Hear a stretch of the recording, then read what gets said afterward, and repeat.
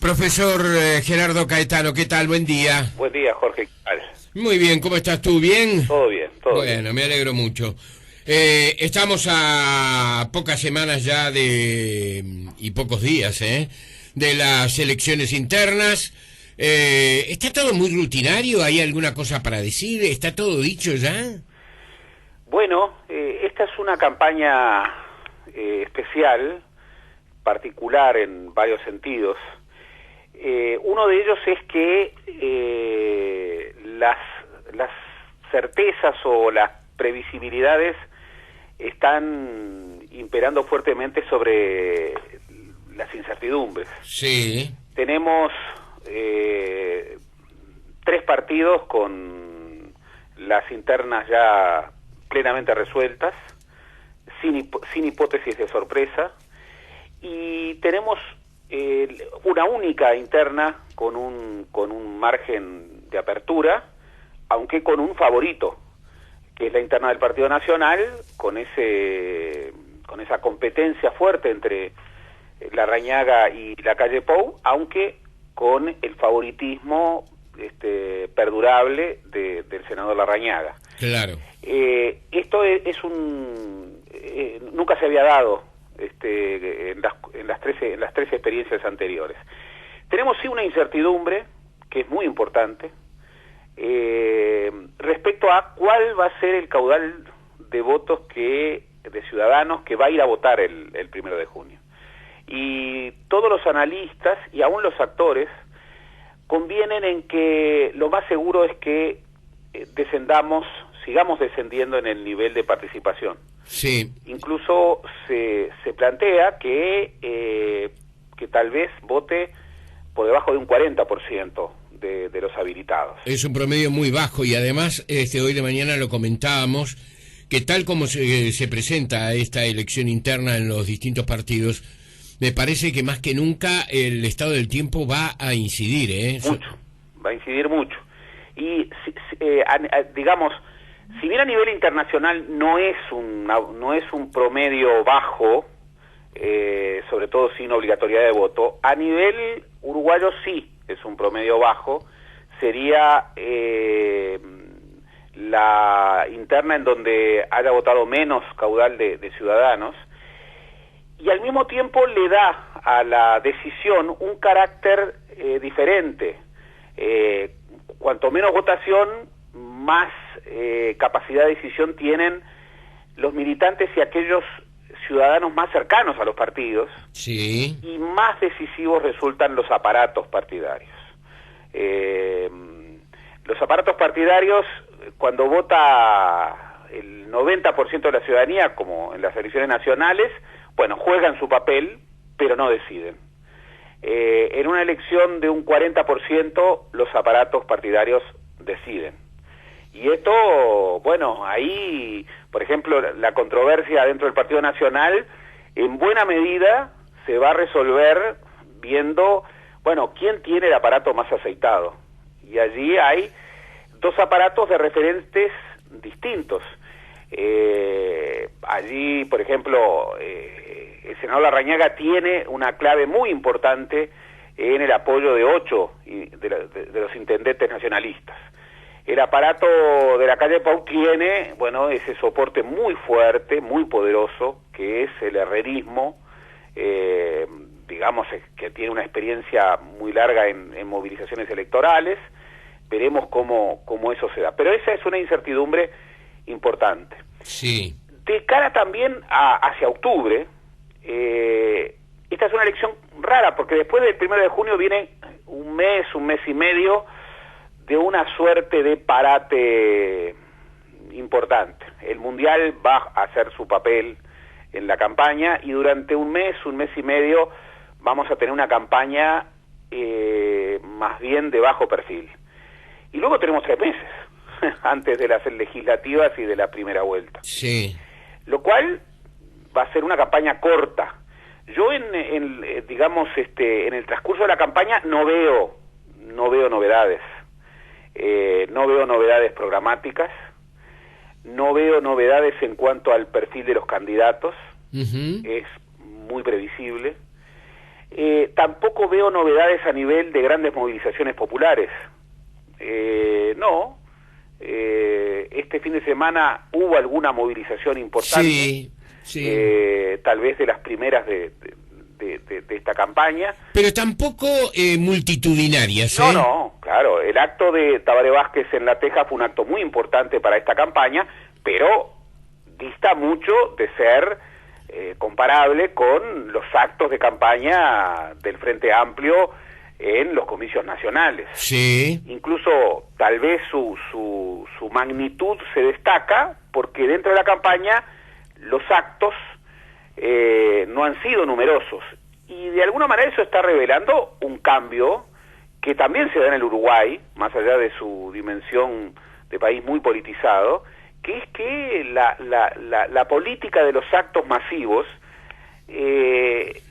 va a quedar cada vez más en el pasado, y tendremos una política cada vez más mediada por los medios de comunicación y cada vez más mediada por las redes. Sí, se ha incrementado esto último, ¿eh? Sí, por supuesto. Ya se había dado en alguna medida en la campaña anterior, en esta se da mucho más. El mundo de las redes es un escenario muy importante en la campaña. Hay que ver cuánto incide, y esto tiene que ver también con el número de votos, porque el mundo de las redes no es un demos.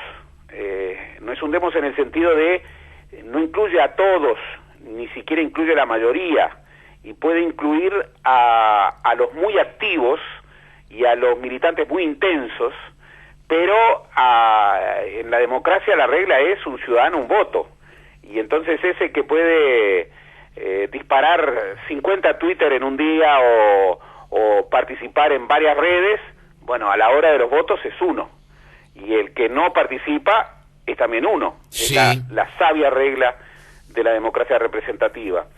Entonces, tampoco por ese lado hay grandes novedades.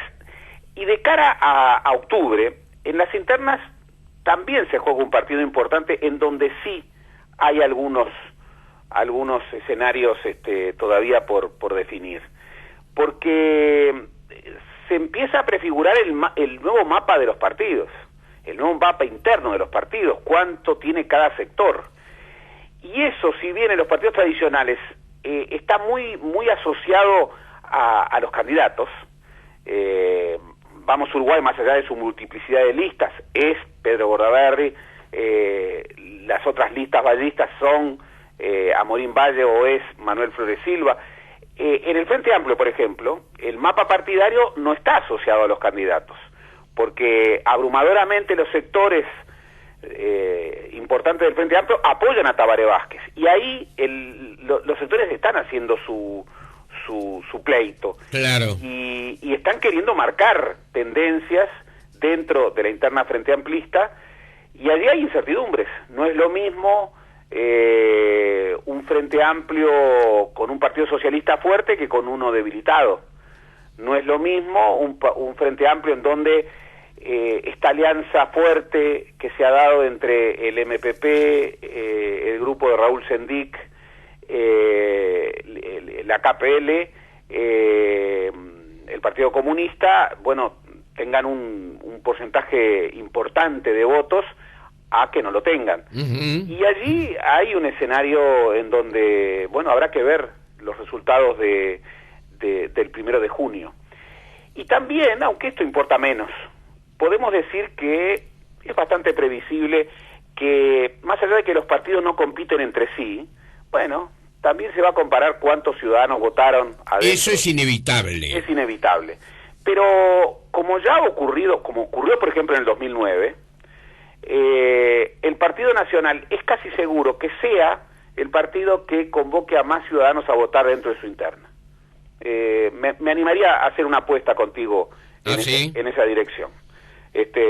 Bueno, depende de lo que apuestes, pero me animaría. No, es que no creo que sea una hipótesis increíble, ¿eh? No, yo creo que es una hipótesis que la realidad puede confirmar, ¿eh? Es la hipótesis más que probable. ¿Por qué? Porque es la interna más competitiva. Esto ya se dio en el 2009, por ejemplo, en donde había una interna competitiva en el Partido Nacional, pero también la había adentro del Frente Amplio. Hoy en el Frente Amplio no hay una interna competitiva, y sí la hay adentro del Partido Nacional. Entonces, es previsible que, sobre todo en una elección con poco caudal de votos, el Partido Nacional vote más. O sea, no están compitiendo los partidos, pero es un dato. Y es también bastante seguro que el Partido Colorado va a ser el tercero a distancia en términos de caudal de votos en su interna. Pero luego los escenarios de cara a octubre cambian. Yo creo que también después del 1 de junio va a cambiar la campaña. Esto ya ha ocurrido anteriormente. Va a ser más dura. Hay que ver cómo se completan las fórmulas. Yo tiendo a pensar de que en el Partido Nacional, si gana el doctor Larrañaga, es más que probable que Lacalle Pou sea su compañero de fórmula. Sí. No va a ocurrir... lo mismo si es al revés. Si gana Lacalle Pou. Pero ahí es casi cantado que para la fórmula del Partido Nacional tiene que haber un 1 y 1. Es una interna muy competitiva para reflejar a todo el Partido Nacional. Si gana Lacalle Pou, va a tener que ir una figura muy representativa, aunque no su líder, de Alianza Nacional. Sí. Otra cosa es en el Partido Colorado y en el Frente Amplio. Allí, si en el Partido Colorado, por ejemplo, Bordaberry obtiene un 70-75%, el margen de su supremacía es tan señalado que no es forzosamente necesario que su compañero de fórmula sea, por ejemplo, Amorín Valle o una figura representativa del otro sector. Puede haber alguna sorpresa como la hubo 5 años atrás, cuando, recordemos, Pedro Bordaberry eligió a Hugo de León. Yo creo que no hay margen en esta campaña para una elección de ese tipo. De León ha dicho aparentemente que no al fútbol por ahora y no a la política tampoco, ¿eh? No, pero además no tendría mucho sentido, no es el mismo escenario que hace 5 años atrás. A mí me da la impresión de que la elección de Pedro Bordaberry respecto a su compañero de fórmula va a depender mucho de los resultados, pero también va a depender de otras variables. Pero por ahí puede haber alguna sorpresa. Y dentro del Frente Amplio, los nombres están arriba de la mesa, y no creo que haya novedades respecto a esos nombres. Uh-huh. Pero sí va a haber una señal muy fuerte, porque, bueno, repito algo que hemos hablado ya, es difícil pensar que a Tabaré Vázquez le impongan el candidato. A Tabaré Vázquez le van a dar un grupo de candidatos, y Tabaré Vázquez, como ya lo ha dicho, va a elegir, y su elección va a dar toda una definición y un rumbo. Y yo creo que por muchas razones la elección de su compañero de fórmula, en el caso de Tabaré Vázquez, tiene que ser una elección estratégica, tiene que dar novedad, no puede ser más de lo mismo. Uh-huh. Por ejemplo, tiendo a pensar de que su compañera de fórmula no podría ser Lucía Topolansky. Uh-huh. O no podría ser Marina Arismendi. O Constanza Moreira. No, eso es seguro que no. Uh-huh. No está planteado. Es una hipótesis sí. Sin sustento.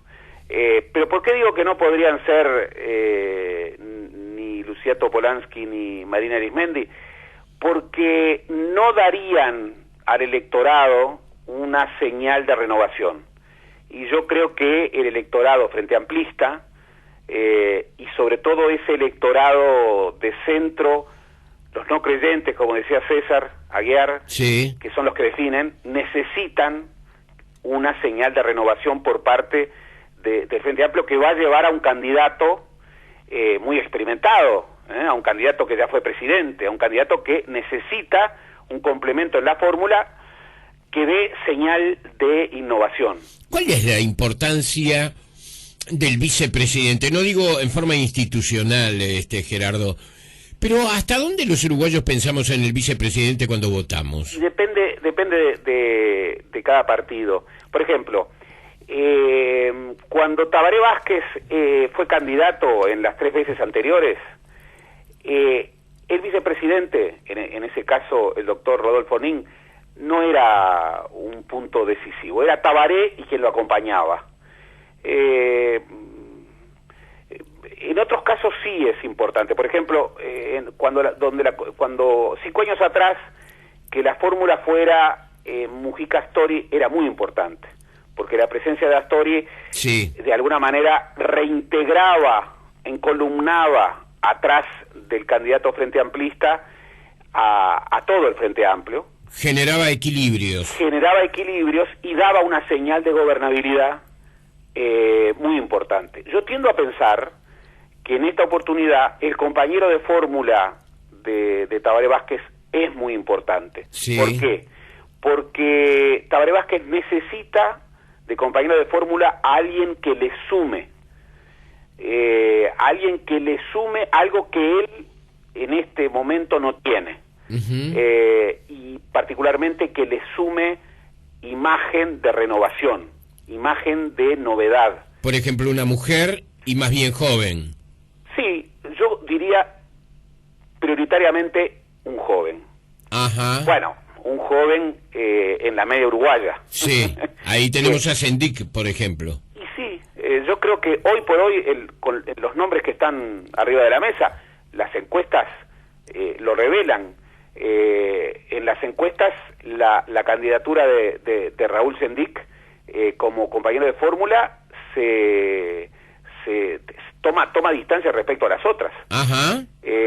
Y bueno, esto sería una hipótesis en donde, bueno, ahí habría una señal de renovación. Pero también hay que pensar algo muy importante también, que el compañero de fórmula luego puede ser el vicepresidente. Y el vicepresidente tiene 5 años, sí, en donde tiene que ser nada menos que el presidente de la Asamblea General. Sí. Y bueno, esto es algo muy importante. Tiene que ser además alguien con capacidad de negociación hacia adentro y hacia afuera. Entonces es un equilibrio también importante. ¿Y ahí entra en el cuadro Sendik? Y bueno, puede ser. Tiene un veto o un intento de veto muy importante. Astori. Sí, claro. Y ahí, bueno, hay un escenario importante, pero también podría ser un factor de equilibrio en esa interna complicada. ¿Por qué? Y bueno, porque Tabaré Vázquez ya ha dicho que quiere a Astori nada menos que como ministro de Economía. En estos gobiernos frente amplistas, el Ministerio de Economía ha adquirido un poder que nunca antes en la historia política del país tuvo. Nunca antes el Ministerio de Economía tuvo tanto poder en el gobierno como en estos 2 gobiernos frente amplistas. Claro, claro. Es una suerte de superministerio encubierto. Bueno, tal vez nombrar a alguien como Sendik es también generar y construir una ecuación de equilibrio. Se verá, pero es también una incertidumbre. Habrá que ver cómo resuelve. Nadie resulta como perfecto, ¿no? Ni en el Frente Amplio ni en otros sectores tampoco. Lo que pasa es que en política no hay nada perfecto. No hay identikit. Sí. Incluso en la pista se ven los pingos. Luego habrá que ver. Son todas apuestas. Por ejemplo, la elección de Danilo Astori era una gran incertidumbre, sobre todo después de una campaña tan dura como había sido la campaña de las internas frente amplistas en 2009. Fue el compañero de fórmula perfecto. Sí. Luego. Y fue luego un compañero de gobierno central. Sí, fiel además. ¿Cómo? Fiel además, más allá de sus opiniones. Muy leal. Sí. Muy leal, muy leal. Sí. Y eso no era muy previsible. No estoy hablando de la lealtad. Claro. Estoy hablando de que pudiera cortocircuitos internos producirse. Claro, que ese binomio pudiera complementarse tan fuertemente. Después de cara a octubre, no hay tampoco un espacio tan amplio de incertidumbre. Por ejemplo, uno podría decir, ¿hay un margen de competencia fuerte en quién va a ser el segundo partido? Porque el primero claramente va a ser el Frente Amplio. Sí. Pero el segundo partido, digamos, la segunda posición está en disputa. Y uno diría, sí, pero hay un favoritismo muy claro. Yo casi que diría que hay un margen de disputa relativo. Creo, me animaría a apostar que el segundo va a ser el Partido Nacional. Que más allá de que, bueno, la experiencia indica que Pedro Bordaberry mejora su porcentaje de votos en octubre respecto a las internas, bueno, tiene que trepar bastante para alcanzar a un Partido Nacional que ha venido creciendo. Entonces, el segundo es muy posible que sea el Partido Nacional. Uh-huh. Otro margen de incertidumbre, sí fuerte, es si ¿cuál es el porcentaje que tiene el Frente Amplio en octubre? Si ese porcentaje le da para ganar en primera vuelta.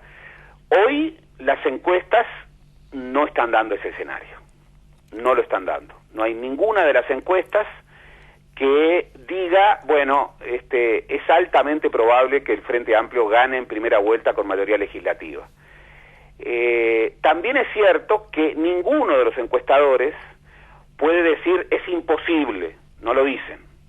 Pero las encuestas hoy dan como escenario más probable que una segunda vuelta. Una segunda vuelta. Y eso implica que difícilmente el Frente obtenga mayoría legislativa, porque puede darse, como se dio 5 años atrás, que haya segunda vuelta, pero que el Frente ya haya obtenido mayoría legislativa. Claro. Pero eso es una rareza de lo que ocurrió hace 5 años.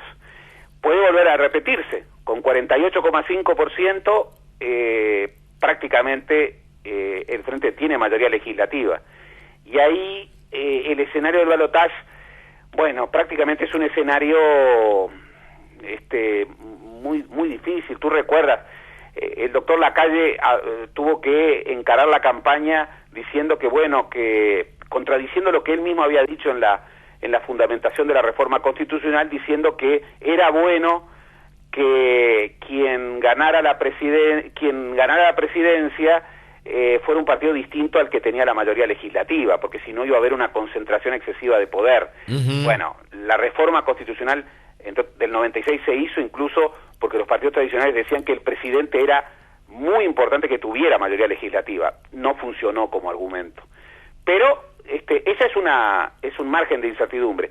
Y la otra incertidumbre es si en un escenario de balotaje la oposición puede ganar. Y eso, bueno, se va a definir es temprano para decirlo, ¿no? ¿Cómo? Es temprano para decirlo, para decir sí o no. Es temprano. Y uno dice, pero es temprano y van a faltar 5 meses. Sí, es temprano porque la inflexión del 1 de junio es una inflexión muy importante. Incluso es una inflexión que la experiencia indica se marca en las encuestas. La intención de voto cambia cuando los partidos tienen un único candidato y hay que ver cómo se genera esa nueva competencia que hoy tiene, bueno, una grilla más diversa dentro de los partidos cuando en el partido hay un solo candidato. Hace 5 años, cuando termina la interna, una de las encuestadoras le dio al Frente Amplio una intención de voto del 43% y al Partido Nacional una intención de voto del 37%. Sí, nada de eso se cumplió. Nada de eso se cumplió. Después el Frente Amplio tuvo 48,5% y el Partido Nacional 29%. Sí. Hay que ver, esto va a ser una campaña corta, repito, porque va a estar el Mundial. Y el Mundial le va a quitar protagonismo a la campaña. Sí. Pero son 3 meses en donde hay que ver quién gana la campaña. Esto es interesante. Muchas veces quien gana la campaña no gana la elección. Uh-huh. A veces, yo creo, por ejemplo, en el 2009, la campaña la perdieron los dos. porque la campaña fue una campaña cargada de errores de unos y de otros, y entonces no puede decirse que hayan sido candidatos que en la campaña tuvieron un desempeño particular. Incluso uno vio con sorpresa cómo un candidato como Lacalle, un político avesado, sí, que lo había hecho todo prácticamente... acumuló errores. Claro, lo había hecho todo prácticamente bien para ganarle a Larrañaga la interna. Y después, como que comenzó a cometer error tras error tras error. Sí. Y bueno, Tuvo el problema también del accidente aquel con su pierna, ¿no? Pero claro, de sí. cualquier forma...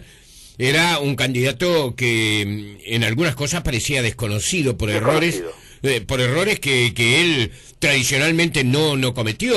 Un hombre que sabe comunicar muy bien, ¿no? Por supuesto, desconocido. Y yo insisto, he escrito sobre esto. El doctor Lacalle ha dicho que la elección ya estaba definida, y incluso ha dicho con cierta gracia que a Mujica no le ganaba ni la Virgen María. Ajá. No es así, no es así. A pesar de que es historia contrafáctica, los números, los análisis indican que la elección después de la interna estaba abierta, y que allí en la campaña, en quién ganaba la campaña, se definía mucho. Y la evolución de las encuestas, por ejemplo, revela que en aquel momento la campaña definió, y los errores que acumuló el candidato nacionalista definieron. Claro. Definieron y mucho, a pesar de que el candidato Frente Amplista también tuvo sus errores, y vaya que los tuvo. En esta campaña, bueno, los desempeños yo creo que van a pesar mucho más. Vamos a ver qué es lo que pasa en este primer tramo. El segundo tramo, como tú decías, Gerardo, está todavía... Está verde. Sí, para definirlo, exactamente, sí, está verde. Aunque sí. hay tendencias que se van a confirmar, pero las definiciones últimas, sí, todavía hay que ver cómo corren los pingos. Estoy de acuerdo. Estaba leyendo ahora, en un último minuto, Gerardo, cambio de tema. La Secretaría Nacional de Seguridad Pública del Ministerio de Justicia brasileño presentó este fin de semana la última camada de 600 hombres y mujeres que fueron formados para trabajar exclusivamente en el Mundial. Se llama la Fuerza Nacional, que va a responder a las órdenes directas del gobierno de Dilma Rousseff. Va a ayudar a las autoridades locales y federales en unas 8 localidades del país para garantizar la seguridad de los turistas y evitar disturbios. En total hay 10.600 oficiales que se han recibido, ¿verdad? Y serán llamados si es necesario. El titular de Seguridad Pública, que es una mujer, Regina Micchi, dijo que puede garantizar que Brasil será capaz de apoyar a todos los estados, la Policía Federal y, si es necesario, incluso los militares en la calle. Todo esto porque se anuncia para esta semana, además, este anuncio coincide con los anuncios que se efectúan concretamente para más movilizaciones en distintas ciudades del Brasil. ¿Sabes qué me cuesta a veces entender? No tenemos mucho tiempo, ¿no? Pero quería por lo menos una palabra tuya. Me cuesta entender realmente lo que está sucediendo. Ayer, por ejemplo, escuchaba que un barrio de 70.000 personas prácticamente quedó sin hogar. Fueron distribuidos precariamente para desalojar a uno de los barrios pobres. Creo que de San Pablo, creo que estaban hablando de San Pablo, pero no importa, es cualquier ciudad importante del Brasil donde sea sede del Mundial. Pero me cuesta conectar ese virus que se ha metido, por lo menos en parte de la población brasileña, que vive con tanta intensidad el fútbol, contra el campeonato del mundo. Bueno, hablando de incertidumbres y de certidumbres, ahí sí tú tienes un territorio de incertidumbre. ¿Será una fiesta, Gerardo? Yo creo que a esta altura nadie lo puede saber, y hay una incertidumbre muy grande. Hay una diferencia respecto a lo que ocurrió un año atrás en la Copa Confederaciones, Sí. que ahora no va a haber imprevistos. O sea, el gobierno sabe que va a haber un intento de desestabilización. ¿Y eso no es peor? Fíjate, ejército en la calle, represión. Nadie lo sabe, porque acá se juega una parada enorme donde el foco del mundo está sobre Brasil, mucho más que hace un año atrás. Claro que sí. Y lo que tú dices, bueno, cuesta entender en un país tan futbolero. Lo que pasa que las movilizaciones, no se cuenta el número de manifestantes. Ahí no juega un hombre un voto. Lo que juega es, el ruido de una manifestación, cómo detona una manifestación, el nivel de la represión. Capaz que un grupo de 300 personas adentro de una manifestación de 10.000 pueden generar un ruido enorme. Sí. Yo por muchos motivos te genera aprensión. Quisiera que fuera una fiesta. Bien. Quisiera que fuera una fiesta. Por muchísimos motivos. Te digo uno, pero entre muchísimos, Sí.